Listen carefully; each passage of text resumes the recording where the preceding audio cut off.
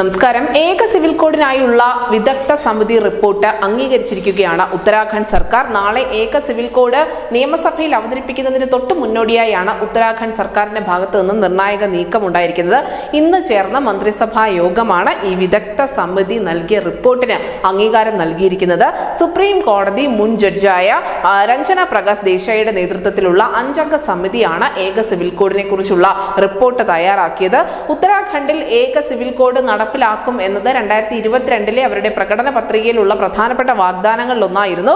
എന്തായാലും ലോക്സഭാ തെരഞ്ഞെടുപ്പിന് മുൻപായി BJP ഭരിക്കുന്ന 3 സംസ്ഥാനങ്ങളിലെങ്കിലും ഏക സിവിൽ കോഡ് നടപ്പിലാക്കുമെന്നുള്ള വാർത്തകളും ഇതിന് പിന്നാലെ വരുന്നുണ്ട്. ബിൽ നിയമസഭയിൽ പാസ്സാവുകയാണ് എങ്കിൽ ഏക സിവിൽ കോഡ് നടപ്പിലാക്കുന്ന രാജ്യത്തെ ആദ്യ സംസ്ഥാനം എന്ന ഖ്യാതിയും ഉത്തരാഖണ്ഡിന് സ്വന്തമാകും. ഏക സിവിൽ കോഡ് നടപ്പാക്കാനായി 2 ദിവസത്തെ പ്രത്യേക നിയമസഭാ സമ്മേളനമാണ് വിളിച്ചിരിക്കുന്നത്. പ്രതിപക്ഷ രാഷ്ട്രീയ പാർട്ടികളുടെ വലിയ വിമർശനം നിലനിൽക്കുന്നതിനിടയിൽ തന്നെയാണ് ഉത്തരാഖണ്ഡിലെ BJP സർക്കാർ ഈ തീരുമാനവുമായി മുന്നോട്ട് പോകുന്നത്.